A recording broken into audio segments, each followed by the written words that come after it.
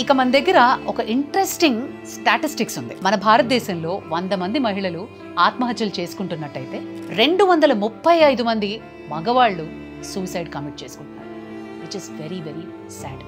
అంటే 5.5 నిమిషాలకి ఒక మగవాడు చనిపోతూ ఉన్నాడు. గంటకి 11 మంది కొడుకుల్ని భారతదేశం కోల్పోతుంది జస్ట్ బికాస్ ఆఫ్ సూసైడ్.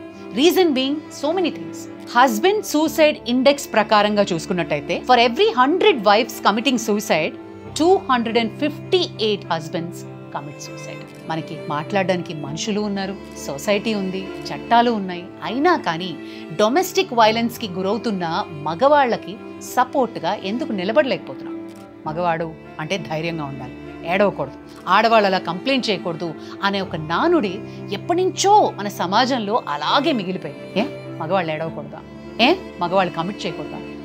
మగవాళ్ళు కంప్లైంట్ చేయకూడదా అని నేను అడుగుతున్నాను.